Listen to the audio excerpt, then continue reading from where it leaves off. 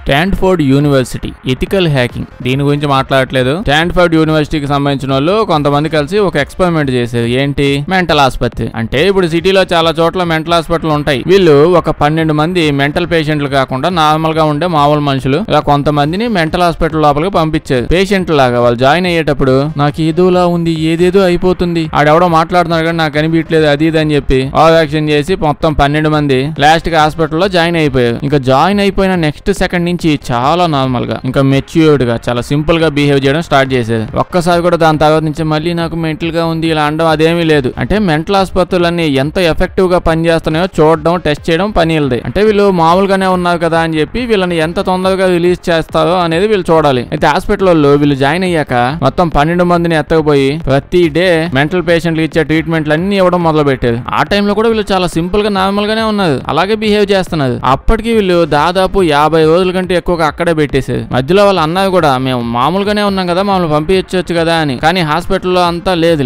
Mental వాళ్ళంతా నాకు mental ఉంది నన్ను ఎక్కడే ఉంచండి అని అంటారా? ఎవడు అలా అండు. సో మిమ్మల్ని పంపించాలా లేదా అనేది నేను డిసైడ్ చేయాలి, నువ్వు కాదు. ఇలా ఇన్ని రోజుల పాటు ఉంచేశారు. ఇలాంటి టెస్టులు వీళ్ళు దాదాపు మొత్తం 12 హాస్పిటల్ దాకా చేశారంట. ఇలాగే మాటికి వెళ్ళి ఈ పాటికి వాళ్ళందరూ నిజంగా మెంటల్ అయిపోయి ఉంటారేమో. సరేండి, ఆ సైకియాట్రిక్ హాస్పిటల్లో మెంటల్ హాస్పిటల్ అదే ముద్దుగా పిలుచుకుంటాం. ఇలాగే ఇలా అన్నిట్లో టెస్ట్ చేసిన ప్రతి దాంట్లో ఒకటి ఎవడు కనిపెట్టట్లా. మీకు డౌట్ ఉండొచ్చు, ఇప్పుడు మెంటల్ వాళ్ళకి తగ్గించవచ్చు కానీ మెంటల్ వాళ్ళగా యాక్టింగ్ చేసే వాళ్ళకి ఎట్ట తగ్గిస్తాం? కానీ ఇప్పుడు నాకు అదే అనిపించింది లేండి. బట్ వాళ్ళు మెంటల్ వాళ్ళగా యాక్టింగే చేయలేదు, లోపలికి వెళ్ళాక సింపుల్ గానే ఉన్నారు కానీ కనిపెట్టట్లా. ఇప్పుడు స్టాన్ఫోర్డ్ వాళ్ళు ఈ పేపర్లన్నీ రిలీజ్ చేశారు. ఇదంతా చూసాక మనకి ఒక పెద్ద అవమానం అని ఒక పెద్ద మెంటల్ ఆసుపత్రి ఉంది, పిచ్చ పాపులర్, అది ఫేమస్. ఓకే, అయితే స్టాన్ఫోర్డ్ వాళ్ళు ఈసారి మా దగ్గరకు పంపించండి, చాలా మందిని పంపించండి, అందులో జస్ట్ కొంతమందినే మామూలుగా ఉండే వాళ్ళు పంపించండి. ఇప్పుడు ఆ మెంటల్ పేషెంట్ లాగా బిహేవ్ చేస్తూ కావాలని యాక్టింగ్ చేసే వాళ్ళు ఎవరు అనేది మేము కనిపెట్టేస్తాం అని ఛాలెంజ్ ఇచ్చారు. స్టాన్ఫోర్డ్ వాళ్ళు కూడా ఓకే అన్నారు. ఎవరిని పంపించారు, ఎలా పంపించారు అని తెలియదు. దీని తర్వాత హాస్పిటల్ అయితే మొత్తం 3 నెలల టైం తీసుకున్నారు. మేము డీప్ గా అనాలిసిస్ చేస్తామని 3 నెలల టైం తీసుకొని ఆ టైం అయిపోయాక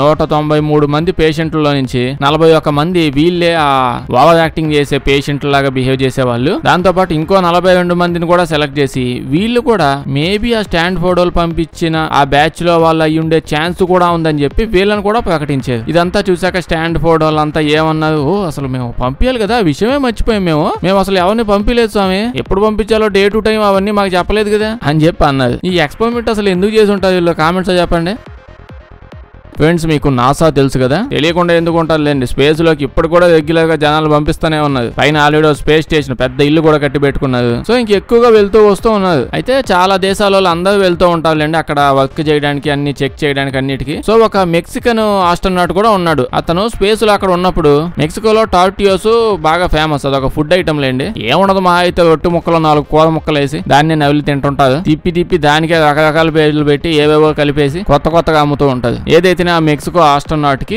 స్పేస్ లో ఉన్నప్పుడు టార్టియోస్ తినాలి అని అనిపించింది. సో నాకు అవి కావాలని అన్నాడు. నాసా వాళ్ళు మన కోసం ఎంత కష్టపడుతున్నాడు, ఇవి కూడా ఇవ్వలేమో మేమని చెప్పి ఆ టార్టియోస్ ని వండడం మొదలు పెట్టారు. అంటే అది అంత ఈజీ కాదు చేయడం. అంటే ఇక్కడ ఓకే భూమి మీద చేయొచ్చు, ఏదో చపాతీ పామేసి నోట్లో కుక్కేయచ్చు. కానీ ఇక్కడ చేశాక స్పేస్ లోకి తీసుకెళ్ళాక సరిగ్గా ఉండాలి, పాడవకూడదు, ప్రెజర్ అది ఇది అక్కడ ఉన్న సిచ్యువేషన్స్ అన్ని తట్టుకోవాలి. సో దానికోసం పర్ఫెక్ట్ గా సెట్ అయ్యేలా తయారు చేయాలి, చాలా కష్టం. నాసా సైంటిస్టులు కూడా ఇన్వాల్వ్ అయ్యి ఇదేదో కొత్త ఛాలెంజ్ బాగా ఇంట్రెస్టింగ్ గా ఉందని చెప్పి తయారు చేయడం మొదలు పెట్టేది. చాలా రోజుల పాటు రకరకాలుగా తయారు చేసేది, ఈజీగా స్పేస్ లో హ్యాండిల్ చేసే విధంగా. ఆల్మోస్ట్ అన్ని తట్టుకునేలా చేశారు కానీ అప్పటికీ అది పర్ఫెక్ట్ అవ్వట్లేదు. అంటే ఇక్కడ నుంచి అక్కడికి వెళ్లే లోపే అది కుళ్ళిపోతుందంట. అక్కడికి వెళ్ళాక తింటుంటే అది చేదుగా ఒక రకమైన టేస్ట్ వస్తుంది. నెలలు ట్రై చేశాక మా వల్ల కావట్లేదయ్యా, కావాలంటే ప్రస్తుతానికి బ్రెడ్ జామ్ వరకు పంపిస్తాం, అది ఇంకా చాలా ఎక్స్పెరిమెంట్లు చేసి తయారు చేసాం మేము అని ఆగిపోయారు. అయితే కొన్ని రోజులకి ఒక సైంటిస్టు ఒక రెస్టారెంట్ కి వెళ్ళి అలా తింటూ ఉన్నాడు. అక్కడ టోర్టియో తింటా ఉంటే అతనికి ఇదేదో చాలా పర్ఫెక్ట్ గా ఉంది అని అనిపించింది. వెంటనే లాబీ తీసుకుపోయి టెస్ట్ చేస్తే అప్పుడు అర్థమైంది మనం ఇక్కడ నానా సంఖ్యలు నాగుతూ ఉన్నాము. అక్కడ ఆల్రెడీ టాకో బెల్ కంపెనీ వాళ్ళు సేమ్ స్పేస్ లోకి పర్ఫెక్ట్ గా ఈజీగా పంపించగలిగే ఒక అద్భుతమైన టార్టియోస్ ఫుడ్ ని చాలా రెగ్యులర్ గా తయారు చేసేసి భూమి మీద జనాలకు అమ్ముతూ ఉన్నది వీళ్ళు. దీన్ని అయితే అసలు అంతరిక్షంలోకి ఏంది భూమి లోపల కూడా పంపించేయచ్చు. అంత అద్భుతమైన షెల్ లైఫ్ గానీ, ప్రెజర్ తట్టుకోవడం గానీ, ఆల్రెడీ దానికి ఆ క్వాలిటీస్ అన్ని ఉన్నాయంట. జస్ట్ వాళ్ళు సింపుల్ గా రోడ్ల మీద మెత్తనది. ఇంకా టాకో బెల్ కంపెనీ వాళ్ళతో మాట్లాడి డీల్ చేసి అలా స్పేస్ లోకి టార్టియోస్ పంపించేది. ఫ్రెండ్స్, ఇంతకు ముందు మీకు ఒక ఫ్యాక్ట్ చెప్పాను, అదే అంబానీ ఇంకా ఎలాన్ మస్క్ ఇద్దరు తెగ తన్నుకుంటున్నారు. ఎలాన్ మస్క్ ఏమో మమ్మల్ని కూడా లోపలికి రానియచ్చు కదా, ఎందుకు రానిట్లేదు అని అంటే అంబానీ వద్దులే చాలా టైం ఉంది ఆవేశపడమాకని. అదే ఇంటర్నెట్ కోసం ఎలాన్ మస్క్ ఏమో స్టార్లింక్ తెద్దామని, దాంతో ఇంటర్నెట్ డైరెక్ట్ గా శాటిలైట్ లో నుంచి వచ్చేసిద్ది. ఇప్పుడు కేబుల్ వైర్లు స్తంభాలు ఇవేం అవసరం లేదు, ఇంకా డాబా మీద చిన్న డబ్బా పెడతావు అంతే, గాలిలో నుంచి వైఫై వచ్చేస్తుంది. దీన్ని ఇతను ఇండియాలోకి తేవాలని అంబానీ ఏమో ఆల్రెడీ మొత్తం ఇండియా అంతా ఆప్టికల్ ఫైబర్ లో కేబుల్ లాగేసి వదిలేసి పెట్టేదిగా, కోట్లు పెట్టి. కానీ ఇప్పుడు ఏమవుతుంది, వీళ్ళిద్దరు కలిసిపోతున్నారు. ఫ్యూచర్ అంతా స్టార్లింక్ దే అన్నట్టు కనిపిస్తుంది, అంతా వైర్లెస్ కనిపిస్తుంది కదా. అంబానీ గురించి చెప్పేది ఏముంది, ఏదైనా వదులుతుంటే కాడ మన పాపం హాట్ స్టార్ నువ్వు కలుస్తావా వెళ్ళిపోతావా అంటే కలుస్తాంలేండి ఇంకేం చేస్తావు అని చెప్పి కలిపేసి జియో హాట్ స్టార్ చేసేసేది. అంబానీ అలా ఉంటదండి ఇండియాలో. ఇంకా స్టార్ లింక్ వాళ్ళకి కూడా అర్థం అయిపోయింది ఎలాన్ మస్క్ ఎట్టయితే మనం రాలేవని చెప్పి ఇలా ఇద్దరు డీల్ చేసుకుని కలిసిపోతున్నారు. బేసిక్ గా ఎయిర్టెల్ వాళ్ళు కూడా కలిసిపోయాలండి స్టార్ లింక్ వాళ్ళతో. పాపం అప్పట్లో అంబానీ ఇచ్చిన స్టోక్ కి గట్టిగా నిలబడింది మళ్ళీ ఎయిర్టెల్ వాళ్ళే. జియోకి ఆల్రెడీ కస్టమర్ బేస్ పెద్దదిగా ఉంది కాబట్టి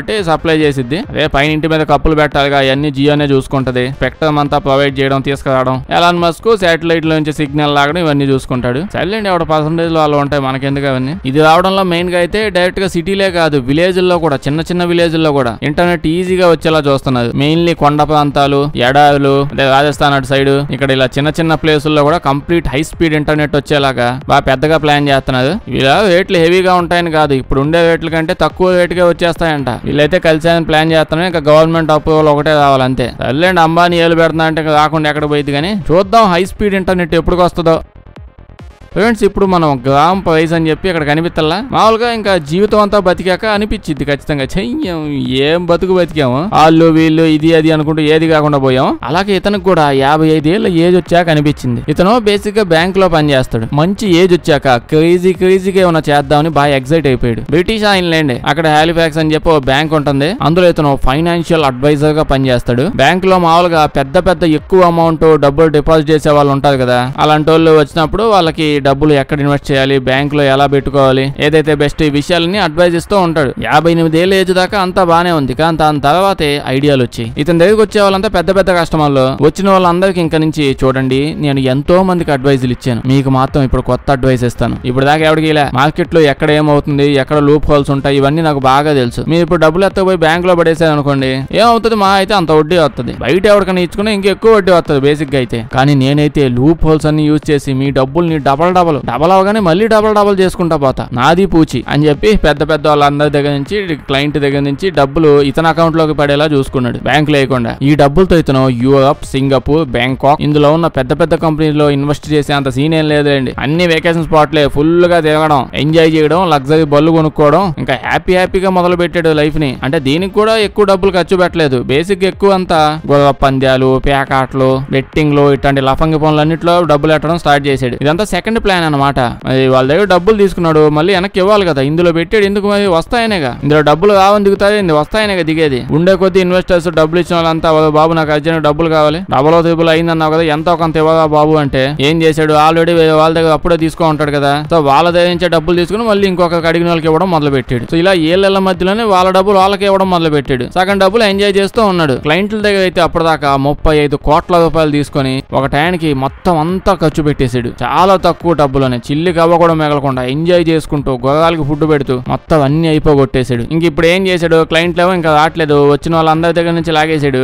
ఓకే ఎవడో కాకపోతే మనం ఏం చేస్తాం, అంత పెద్ద బ్యాంక్ ఉంది, ఖాళీగా ఉన్నాయి అందులో డబ్బులు, సో వృధాగా అక్కడ ఎందుకు ఉండవు, మనం ఏదైనా చేద్దాం అని చెప్పి అతను పనిచేసే బ్యాంక్ లో నుంచే 70 కోట్ల రూపాయలు కొట్టేశాడు. స్టార్టింగ్ కొంచెమే తీయడం మొదలు పెట్టాడు. అలా మ్యానిపులేట్ చేస్తూ అకౌంట్స్ అటు ఇటు చేంజ్ చేస్తూ అలా తీసేవాడు. కానీ ఒక్కసారిగా కొన్ని రోజులకి అన్ని 70 కోట్ల రూపాయల డబ్బులను అలా తీసేసి, ఓకే నేను ఇన్ని సంవత్సరాల పాటు ఈ బ్యాంక్ లో పనిచేశాను కదా, ఈ ఎంప్లాయీలు ఆ కంపెనీ వాళ్ళు అందరూ నన్ను అర్థం చేసుకుంటారు, నా మనసు వాళ్ళకి తెలుసని లిటరల్లీ అతను ఒక లెటర్ రాశాడు బ్యాంక్ కి. ఏమని, చూడండి తమ్ముళ్ళు, అంత పెద్ద బ్యాంకులు అన్ని డబ్బులు ఎప్పుడు చూసినా ఖాళీగా ఉంటాయి, అసలు ఏం చేస్తావు మీరు ఆ ఖాళీగా పెట్టుకుని, సో నా మీద నమ్మకం ఉంచుకోండి, నేను ఆ డబ్బులని ఎత్తబోతున్నాను, ఇంకొన్ని రోజుల్లో దీన్ని డబల్ చేసి మళ్ళీ మీకే తెచ్చిస్తా, ఎక్స్ట్రా కూడా ఇస్తా కావాలంటే అని లెటర్ రాసిపోయాడు. స్టార్టింగ్ లో అంతా ఎంజాయ్ చేద్దామనే మూడ్ లోనే ఉండేవాడు. కానీ ఉండే కొద్దీ ఎంజాయ్లు ఏం లేవు, ఆ గొర్రె పంద్యాలు, బెట్టింగ్లు, ఇందులో ఎంత మునిగిపోయాడంటే ఇంకా బయటకు రాలేకపోతున్నాడు. ఇందులోనే అంతా ఇన్వెస్ట్ చేసి గుర్రపు పందాల్లోనే డబ్బులు బాగా సంపాదించి బ్యాంక్ నే కొనేస్తాను నేను అనే మూడ్ లోకి వెళ్ళిపోయి డబ్బులన్నీ ఆడే బాగొట్టేసాడు. అయితే మనోడికి ఇప్పుడు ఏం జరిగింది, ఎంత నీట్ గా రాశాడు ఒక పక్క లెటర్ చూడండి. నేను డబ్బులు అప్పు తీసుకున్నానండి, నేనేం కొట్టేయట్లేదు,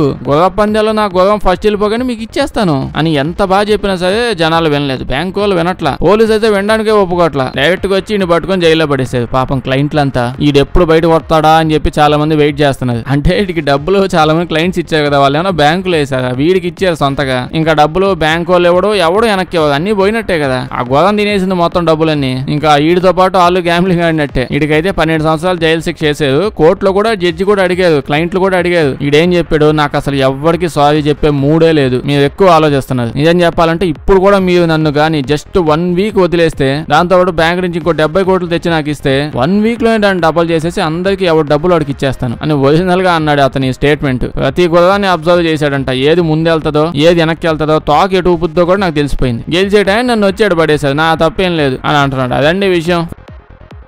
ఫ్రెండ్స్, డబ్బులకు బదులుగా మన టైం నుంచి వస్తువులు కొనుక్కుంటే ఎలా ఉంటుంది అంటే, అది ఇప్పుడు సర్లేండి సొల్లెందుకు గానీ స్వీడన్ లో ఐక్యా వాళ్ళు వేసిన ఒక ఐడియా లేండి ఇది. అంటే ఈ ఐక్యా వాడు స్వీడన్ లో పోయి ఒక కంపెనీ పెట్టుకున్నాడు. కాకపోతే ఒక కంపెనీ ఆ స్టోర్ పెట్టాలంటే చాలా పెద్ద ప్లేస్ కావాలి, అంతంత పెద్ద అమ్ముతున్నాడు.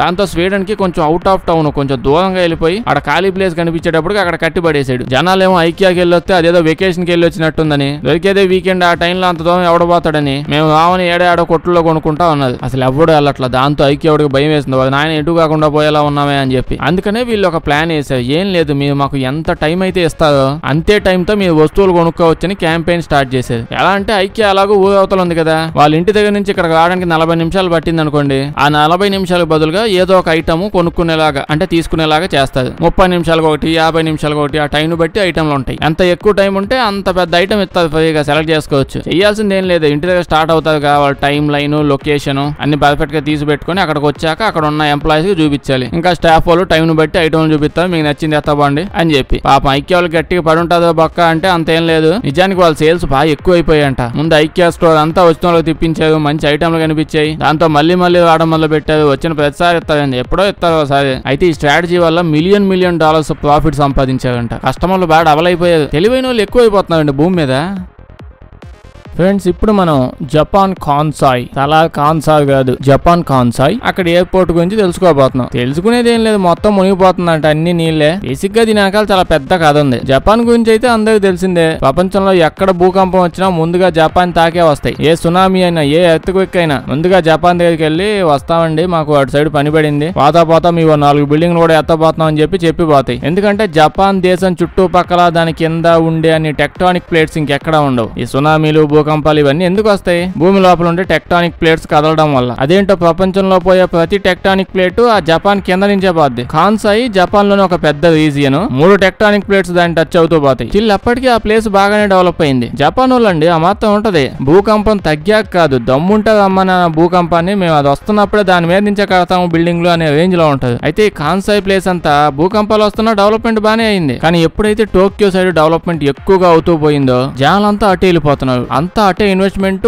మొత్తం అంతా అక్కడే జరుగుతుంది డెవలప్మెంట్. అయితే ఈ కాన్సాయ్ ను కూడా ఎలాగైనా డెవలప్ చేయాలని ఈ చుట్టుపక్కల ఏదైనా ఒక పెద్ద ఎయిర్పోర్ట్ కడదాం, ఇంటర్నేషనల్ గా వచ్చేవన్నీ ఇటు సైడ్ నుంచే పోయేలా చేద్దామని ఓ ప్లాన్ వేసారు. అయితే ఆ కాన్సాయ్ లో ఒక ఎయిర్పోర్ట్ ఉంది, ఫస్ట్ దాన్నే డెవలప్ చేసి ఎక్స్పాండ్ చేసేద్దాం, పెద్ద చేద్దాం అని అనుకున్నారు. అయితే పాతవి కొన్ని జ్ఞాపకాలు కూడా గుర్తొచ్చాయి. అంటే అప్పట్లో టోక్యోలో కూడా ఒక ఎయిర్పోర్ట్ ఉంది, దాన్ని కూడా పెద్దది ఎక్స్పాండ్ చేద్దామని చుట్టుపక్కల ప్లేసులు పగల కొట్టుకుంటూ బిల్డింగ్లు ఏగొట్టుకుంటూ పోయారు. దాంతో జనాలకు ఒళ్ళు మండిపోయింది. మనం ఏమైనా మిగతా దేశాల్లాగా ఖాళీ ప్లేస్ ఎక్కువైపోయి ఖాళీకి వదిలేసుకుంటున్నాం అనుకుంటున్నావా, ఇక్కడ ఉండడానికి ప్లేస్ లేకపోతే ఇల్లు స్థలాలు పగల కొట్టేస్తాయండి అని గోల చేసి ఓ మూవ్మెంట్ స్టార్ట్ చేశారు. ఆ దెబ్బకి ఆపేశారు. మళ్ళీ ఇలానే చేస్తే కొడతారని చెప్పి ఒక రోజు గవర్నమెంట్ ఆఫీషియల్స్ అంతా బీచ్ దగ్గర కూర్చొని పాపం బాధపడుతూ ఉంటే, అదే బీచ్ ఇంత ఖాళీగా ఉంది, ఏడ కట్టేయచ్చు కదా అంటే, సముద్రం మధ్యలో జపాన్ నుంచి ఒక 5 కిలోమీటర్ డిస్టెన్స్ లో మొత్తం జపాన్ రీజియన్ లోనే ఉంటుంది, అక్కడ కడదామని డిసైడ్ అయిపోయారు. దీనివల్ల బేసిక్ ప్రాబ్లమ్స్ చాలా తక్కువ అవుతుంటాయి. బేసిక్ ప్రాబ్లమ్స్ ఏంటంటే, ఓసారి జపాన్ లో కొంతమంది లోకల్ వాళ్ళంతా కలిసి మా ఇంటి పక్కన ఒక ఎయిర్పోర్ట్ కట్టారు, దాని వల్ల మా ఇంటి లోపలికి శబ్దములు వస్తున్నాయి, ఆ శబ్దముల వల్ల మాకు విసుగ్గా ఉందని చెప్పి కేసేసి గవర్నమెంట్ దగ్గర నుంచి డబ్బులు కూడా లాగేసేది. మన వాళ్ళందరూ తెలివితేటలు ఎక్కువైపోతున్నాయని చెప్పి